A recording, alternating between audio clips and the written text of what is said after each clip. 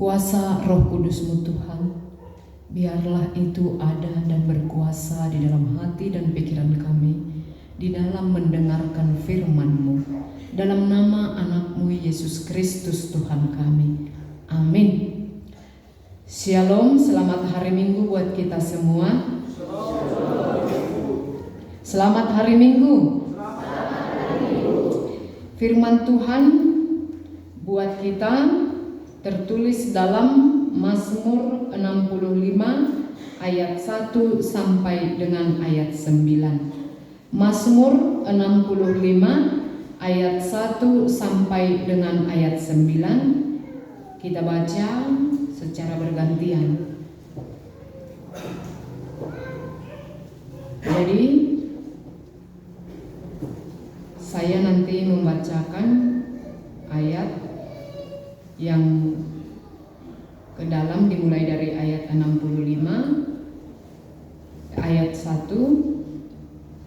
Jemaat sekalian nanti membacakan ayat yang keluar, yaitu dimulai dari ayat 2. Jadi kalau kamu membawa Alkitab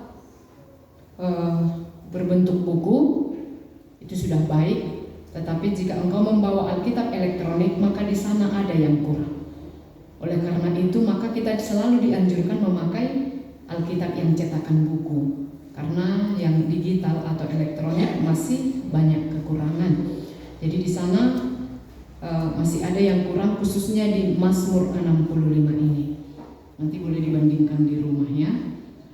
Nyanyian syukur karena berkat Allah. Untuk pemimpin biduan Mazmur Daud, nyanyian.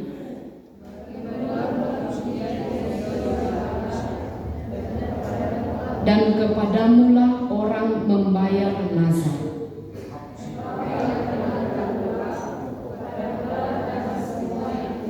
Karena bersalah.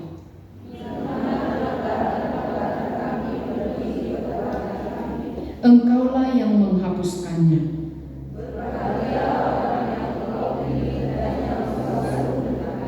Untuk diam di pelataran-Mu.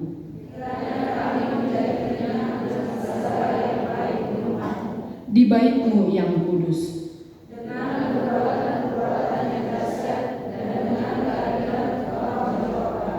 Ya Allah yang menyelamatkan kami, dan pulau-pulau yang jauh-jauh, sedang pinggangmu berikatkan keperkasaan. Deru gelombang-gelombangnya dan kegemparan bangsa-bangsa.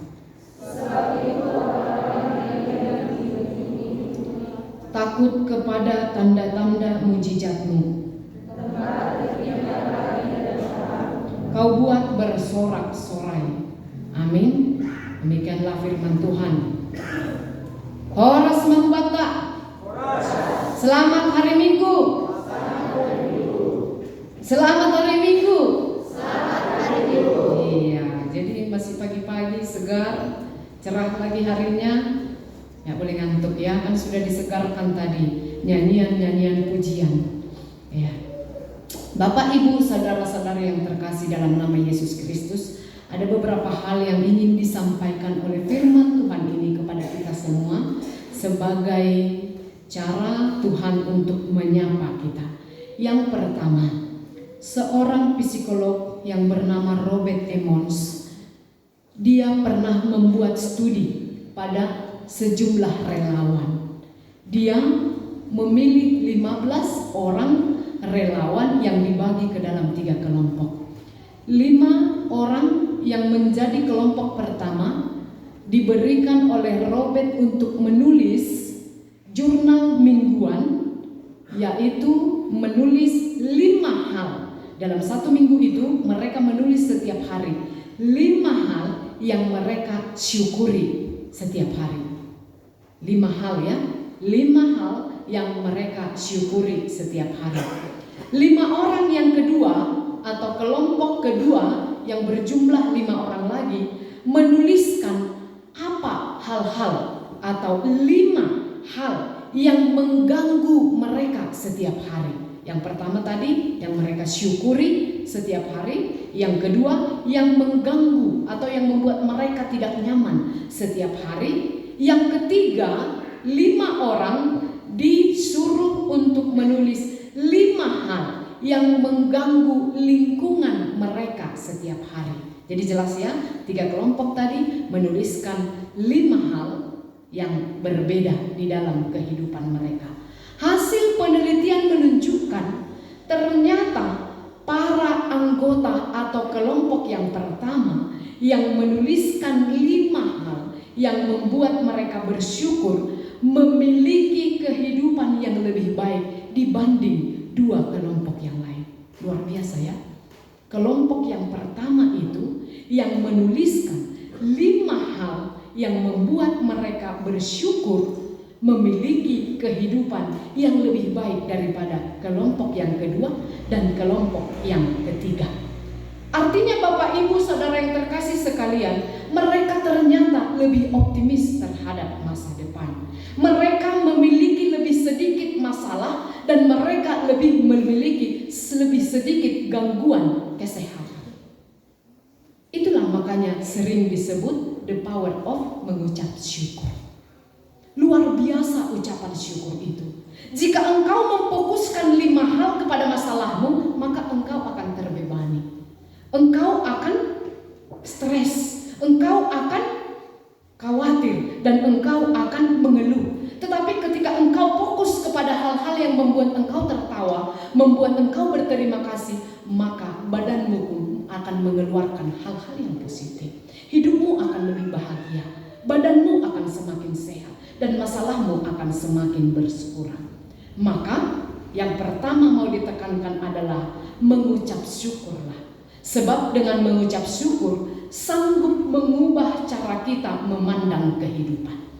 Dengan mengucap syukur membuat kita bahagia sekalipun di tengah persoalan dan situasi yang tidak menyenangkan.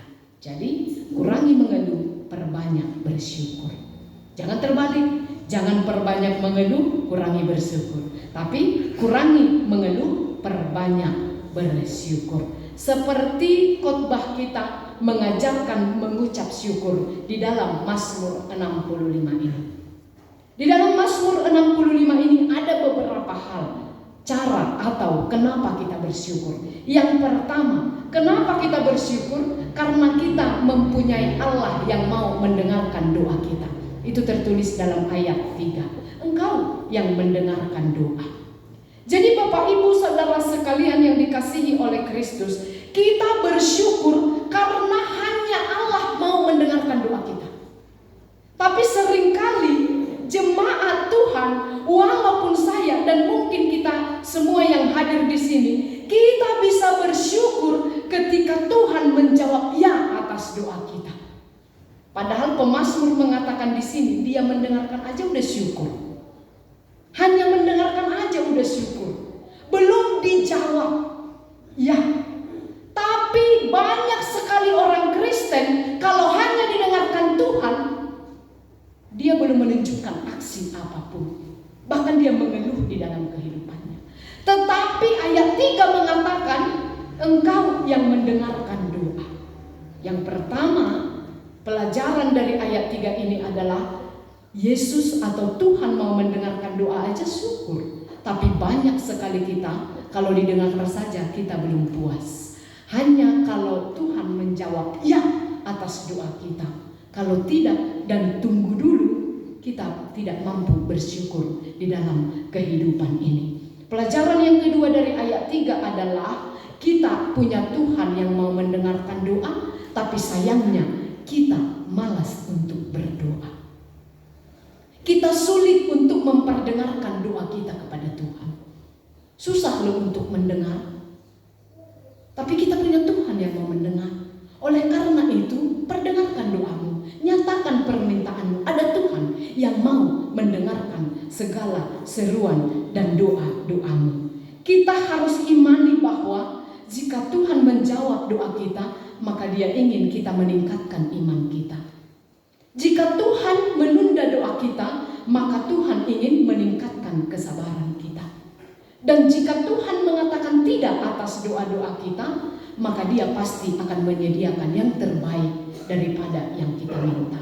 Jadi jangan pernah lelah untuk berdoa, dan jangan pernah malas untuk berdoa.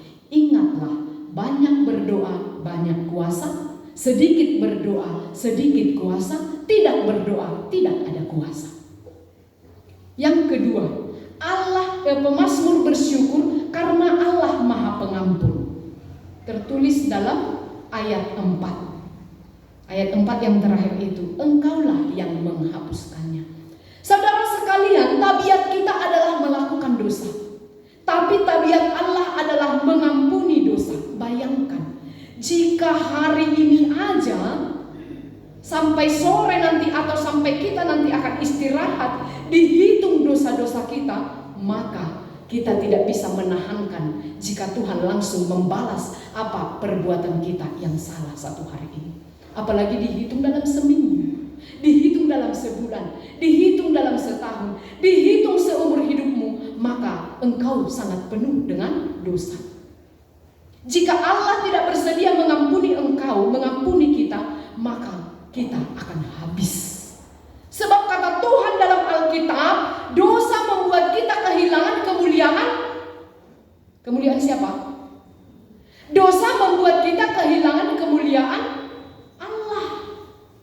Dan upah dosa adalah kematian. Bayangkan saja, ketika satu hari ini engkau hidup dalam dosa, sebenarnya upahmu adalah mati, maut. Tetapi Allah itu adalah Allah yang Maha Penyayang. Dia bersedia untuk menghapuskan dosamu. Oleh karena itu engkau harus membiarkan atau memberikan dirimu kepada Tuhan. Ada di kelas siswa atau di kelas SD, guru memberikan ujian agama. Ujian agama ini hanya mempunyai 2 soal. Diberikanlah kepada mereka 2 lembar untuk menjawab pertanyaan guru yang 2 ini. 2 lembar HPS. Guru memberikan soal yang pertama, tuliskanlah apa yang engkau ketahui tentang Tuhan. Soal yang kedua, tuliskanlah apa yang engkau ketahui tentang iblis. Hanya 2 ya. Soal yang pertama jawabannya di dalam 1 lembar HPS. Soal yang kedua juga jawabannya di 1 lembar HPS. Terserah mau 1 halaman atau bolak-balik, terserah. Tapi waktunya hanya 30 menit diberikan oleh guru agama untuk mengerjakan soal yang 2 itu. Semua siswa menjawab dengan cepat sesuai dengan apa yang mereka ketahui tentang Allah dan apa yang mereka ketahui tentang iblis. Siswa semuanya kecuali 1 cepat sekali menulis tentang Allah dan kemudian cepat sekali menulis tentang iblis. Ada yang bolak-balik, ada yang 1 halaman, ada yang setengah halaman sampai 30 menit. Tapi ada yang 1 siswa yang sibuk hanya 1 lembar saja. Lembar yang 1 lagi masih kosong. Ketika siswa yang lain sudah selesai menunggu 30 menit waktu habis, tapi siswa yang 1 ini masih asik di lembar yang 1 lagi. Sementara yang 1 lagi masih bersih. Guru mengatakan 5 menit lagi, tapi dia masih asik. 1 menit lagi, dia masih asik di lembar yang 1. Kemudian 30 detik lagi, dia beralih ke lembar yang 1 lagi, menuliskan hanya 1 kalimat. Kemudian lembar jawaban itu dikumpul oleh guru. Minggu depannya ketika pelajaran yang sama, maka guru memanggil siswa yang 1 tadi. Kenapa engkau menjawab atau menulis yang 1 lembar ini penuh bolak-balik, tapi kenapa engkau hanya menulis 1 kalimat di lembar yang 1 ini, sementara temanmu boleh menjawab sama banyaknya antara lembar yang 1 dengan lembar yang lain. Kemudian si siswa ini menjawab, "Bu, saya sibuk dengan apa yang saya ketahui tentang Tuhan." Ternyata yang dia tulis adalah tentang Tuhan. Saya percaya Tuhan melakukan ini. Harapannya tentang Tuhan dan segala sesuatu tentang Tuhan habis satu lembar bolak-balik. Saya sibuk tentang Tuhan. Harapan saya bagaimana Tuhan itu bekerja dalam kehidupan saya. Apa yang saya alami dengan Tuhan saya sibuk untuk menuliskan itu. Saya tidak punya waktu dengan iblis. Ternyata di lembar yang satu lagi dia hanya menulis, saya tidak punya waktu untuk iblis. Hanya itu yang dia tuliskan. Padahal di lembar tentang Tuhan banyak sekali. Tapi di lembar tentang iblis hanya 30 detik dia berikan waktunya untuk menuliskan, saya tidak punya waktu untuk iblis. Bapak ibu saudara-saudari yang terkasih dalam nama Yesus Kristus, ternyata dia mempunyai nilai yang lebih tinggi daripada teman-teman yang lain. Yang ingin dinyatakan oleh cerita itu adalah, jikalau kita memakai prinsip saya sibuk dengan Tuhan sehingga saya tidak punya waktu dengan iblis, maka hidup kita ini adalah hidup yang menyatakan kerajaan surga. Maka hidup kita ini adalah hidup yang menyatakan tentang kita sudah mendapatkan pengampunan dosa. Maka hidup kita ini adalah hidup yang menyatakan kitalah umat yang mendapatkan anugerah Allah. Tapi kenyataannya seringkali kita sibuk dengan iblis sehingga kita tidak punya waktu untuk Tuhan. Sibuk untuk mencari kekurangan orang lain sehingga kita tidak punya waktu untuk melihat kelebihan orang lain.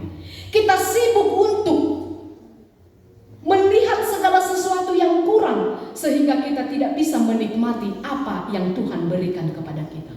Kita sibuk untuk melihat sesuatu kelebihan atau berkat orang lain sehingga kita tidak bisa menikmati berkat yang kita miliki.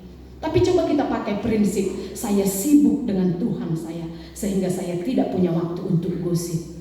Saya sibuk dengan Tuhan saya sehingga saya tidak punya waktu untuk iri dengan orang lain. Saya sibuk dengan Tuhan saya sehingga saya tidak punya waktu untuk membahas engkau di media sosial saya. Maka kehidupan kita ini akan menjadi kehidupan yang penuh berkat. Kehidupan yang semakin jauh dari dosa tapi dekat dengan pasu-pasu Tuhan. Jadi pakailah prinsip itu. Saya sibuk dengan Tuhan, saya tidak punya waktu untuk iblis. Yang berikut, alasan pemazmur untuk mengucap syukur adalah yang tertulis di dalam ayat 5. Berbahagialah orang yang engkau pilih dan yang engkau suruh mendekat untuk diam di pelataranmu. Kiranya kami menjadi kenyang dengan segala yang baik di rumahmu, di baitmu yang kudus. Pemazmur bersyukur karena Tuhan membiarkan dia berada di rumahnya. Dibebaskan untuk datang ke rumahnya, di Sion, di bait yang kudus. Ada satu lukisan yang diberikan nama Salvator Mundi. Pernah mendengar itu? Oh enggak, dengar Mas Yamai? Sebelah kanan Salvator Mundi. Lang tengah-tengah Salvator Mundi. Oh enggak dengar Mas Yam? Kamar samar ate. Mas Yam? Oh enggak lang. Enggak apa-apa, enggak dihukum juga kalau belum pernah. Lape ini. Mas Yam di atas, pernahkah mendengar lukisan Salvator Mundi? Belum ya? Lukisan ini Salvator Mundi sama dengan Yesus Juru Selamat. Anggo e-kalender di media sosial rame, bahkan mungkin di rumah kita mungkin adanya lukisan itu. Kan ada gambar Tuhan Yesus yang gondrong, biasanya dia agak merah rambutnya, berbaju biru ya, berbaju biru, kemudian di sini ada gambar love yang bersinar, tangannya begini. Kan ada doai? Itu adalah lukisan yang diberikan pelukisnya dengan nama Salvator Mundi. Itu adalah Yesus Juru Selamat dunia. Pelukisnya sangat terkenal, Leonardo da Vinci. Ya, itu sangat terkenal ya, udah pernah dengar ya, Leonardo da Vinci. Itulah lukisan Leonardo da Vinci terakhir. Jadi boleh nanti di-searching di Google ya, itu ada Salvator Mundi, nanti keluar itu. Nah, ukuran lukisan ini kecil, lukisan asli ini kecil sebenarnya. Bapak Inang hanya 2 jengkal ke samping kanan, dan yang di bawah itu juga hanya 2 jengkal. Ke bawah hanya 3 jengkal, 1, 2, 3, kan kecil itu ya, kecil. Nggak pala besar itu, kecil. Tapi di tahun 2017 di bulan November di balai lelang ada yang beli lukisan Salvator Mundi karya Leonardo da Vinci seharga 450 juta US dollar. Setara dengan 6,4 triliun. Jadi mahal tuh mangatnya. Nanti jokal lain, nanti jokal betul, 2 jokal samping HP kita. Sedia pernah lukis kita, jangankan dibeli ubere pela mungkin lang rahala. Kalau nih saya tidak berbakat untuk melukis gitu ya. Jadi yang membeli atau yang melelang ini adalah seorang pangeran Saudi Arabia. Pangeran Saudi Arabia tentunya adalah seorang muslim yang bernama Muhammad bin Salman. Boleh dibuka siang ayat ini. Menarik ya. Dia membeli lukisan yang sangat mahal, tapi dia seorang muslim. Lalu botoh aha tujuan nih. Kenapa dia membeli itu? Apakah karena lukisan Leonardo da Vinci atau dia tertarik kepada lukisan atau lain sebagainya? Saya tidak tahu. Tapi lukisan termahal karya Leonardo da Vinci yang terakhir itu dilelang oleh Muhammad bin Salman, pangeran Saudi Arabia. Nasihol sobuton umbani Salvator Mundi on adalah untuk memiliki Yesus. Kita tak harus mengeluarkan duit 6,4 triliun. Untuk memiliki Yesus, engkau tidak harus pergi ke balai lelang. Untuk memiliki Yesus, engkau juga tidak harus seperti si pangeran Muhammad bin Salman atau seperti Leonardo da Vinci, pelukis hebat itu. Tak perlu. Tapi atau soal ambilan tahun untuk memiliki Yesus itu, engkau harus ke Sion, ke Bukit Sion seperti ayat 2, atau engkau harus ke pulau-pulau seperti yang dikatakan ayat 6, ke pulau-pulau yang jauh seperti yang dikatakan oleh ayat 7, ke gunung-gunung seperti yang dikatakan oleh ayat 8, ke lautan. Tidak harus begitu. Tetapi sekarang gereja ada di mana-mana. Kalau Tuhan membebaskan umatnya datang ke gereja, sekarang ini gereja ada di mana-mana. Hinan bahat dona iraya on sekitaran kecamatan raya ini hanya datang ke gereja ini kan? Pitahu gereja on, lape adong gereja i Kampung Baru i Tanami, lape adong gereja i Baringin misalnya. Belum ada di mana-mana gereja. Sekarang tiap kampung sudah bisa kita temui, kampung yang kecil sekalipun sudah bisa kita temui lebih dari 2 gereja. Iraya orang terkira di 3 gereja, banyak sekali. Belum lagi ikut karismatiknya, gereja GKPS saja sudah banyak. Langpitas ada 2, Langpitas 10 di kecamatan Raya On, lang terkira di gereja. Tapi sayangnya, ketika gereja ada di mana-mana, orang Kristen itu entah kemana.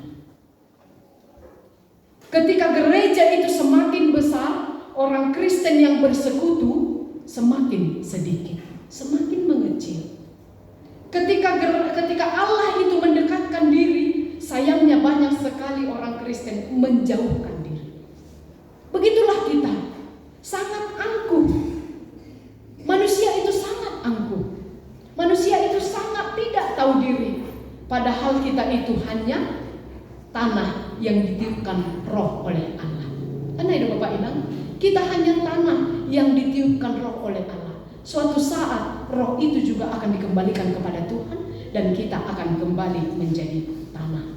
Allah itu tetap menjadi Allah walaupun manusia itu tidak ada. Tetapi manusia itu tidak ada apa-apanya tanpa ada Allah. Oleh karena itu, Bapak Inang kita haganupan, mari mendekatkan diri kepada Tuhan. Naikkan doamu. Naikkan doamu. Menjauhlah engkau, sibukkanlah dirimu dengan Tuhan. Kemudian datanglah engkau ke pelatarannya. Dia menerima engkau apa adanya. Jangan tunggu ada apanya. Amin. Kita berdoa. Terima kasih Tuhan buat kasih karunia-Mu yang Engkau sampaikan melalui khotbah-Mu hari ini. Biarlah Tuhan kami dikenyangkan oleh sapaan firman-Mu. terhadap sesama kami. Biarlah kami menjadi umat yang mau berdoa, sebab Engkau mau mendengarkan doa-doa kami. Biarlah kami menjadi umat yang mau sibuk dengan Engkau, supaya kami tidak punya waktu dengan iblis. Biarlah kami Tuhan orang-orang yang selalu dekat di rumah-Mu yang kudus, dan menjadikan rumah kami menjadi ibadah, tempat ibadah menyembah Engkau. Tuhan, biarlah kami semua yang ada di sini menjadi saksi betapa dahsyatnya Engkau Tuhan di dalam kehidupan kami. Dalam nama anak-Mu Yesus Kristus kami berdoa. Amin.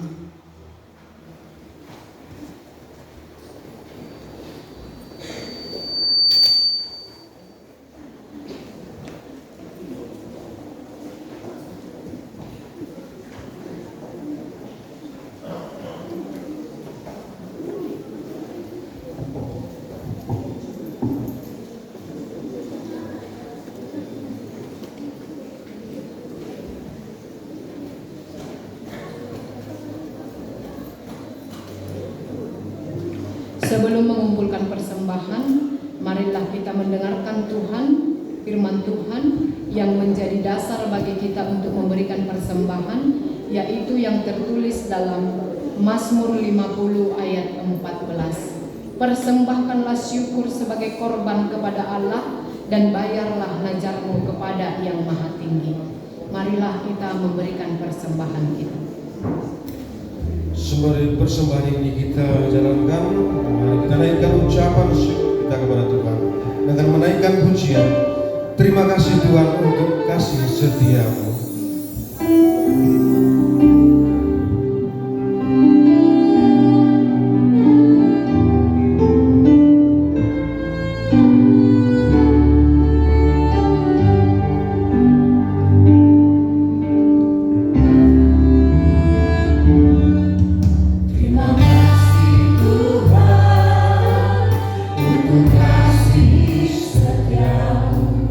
Yang membawa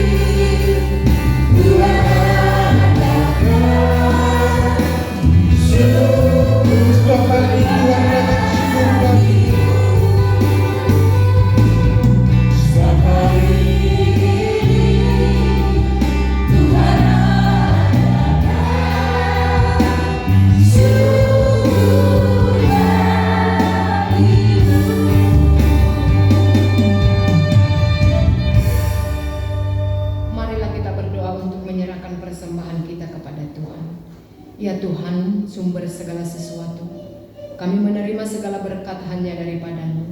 Engkau menganugerahkan kepada kami kehidupan dan penghidupan. Kini kami menyerahkan hidup dan sebahagian dari pemberian-Mu sebagai persembahan kami. Kiranya melalui segala pemberian-Mu kami semakin dikuatkan oleh kasih karunia-Mu untuk melaksanakan semua tanggung jawab-Mu yang telah Engkau percayakan kepada kami. Ya Tuhan, kuduskanlah persembahan ini menjadi persembahan yang berkenan bagi-Mu. Berilah kami hikmat mempergunakan segala pemberian dan berkat-Mu dengan segala keberadaan kami, agar melaluinya kehendak-Mu semakin nyata. Di dalam nama Tuhan Yesus Kristus, terimalah ucapan dan persembahan syukur kami. Amin. Mari kita berdoa sesuai dengan doa yang diajarkan oleh Tuhan Yesus. Bapa kami yang di sorga, dikuduskanlah nama-Mu, datanglah kerajaan-Mu, jadilah kehendak-Mu di bumi seperti di sorga. Berikanlah kami pada hari ini makanan kami yang secukupnya, dan ampunilah kami akan kesalahan kami, seperti kami juga mengampuni orang yang bersalah kepada kami. Dan jangan membawa kami ke dalam pencobaan, tapi lepaskanlah kami daripada yang jahat, karena Engkau yang punya kerajaan dan kuasa dan kemuliaan sampai selama-lamanya. Amin. Pergilah ke seluruh dunia, beritakanlah Injil kepada segala makhluk. Terimalah berkat dari Tuhan Allah. Tuhan memberkati engkau dan melindungi engkau. Tuhan menyinari engkau dengan wajah-Nya dan memberi engkau kasih karunia. Tuhan menghadapkan wajah-Nya kepadamu dan memberi engkau damai sejahtera. Amin.